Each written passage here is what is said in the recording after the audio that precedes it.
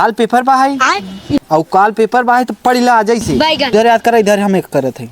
गंगा प्रसाद का जन्म काशी के प्रसिद्ध बेसिक परिवार में हुआ था। जो पढ़ा था पढ़ा मत पास हो जावा था पापा लड्डू बटवाइए इससे अच्छा पढ़ाई मत कर। अब गांव वाले सब खाइए तो का मिले, कुछ न मिले। सही और का न पढ़ी मत पढ़ तो पढ़त है नहीं हम न पढ़त। हाँ तो न मत पढ़ जिन पढ़ पे चला घर सही लड्डू बटवाई का फायदा, सही बात। पैसा खर्चा होई। हम जात है। हाँ जे रख देखी बहुत अच्छे बेटा। तहु फेल होइए यार, हमहु फेल होइए। सही कहते है। हाँ। तब तक खुशियाली आओ चलो उसे मिल लेवा जाए। चला चल अबे जल्दी बोल, कल सुबह पनवेल निकलना। अरे यार भाई हम सब फेल हो गए। अच्छा फेल हो गए ना। बट हमारा 70% बना था। जब पढ़वा लिखवा ये नहीं पास करो घंटा।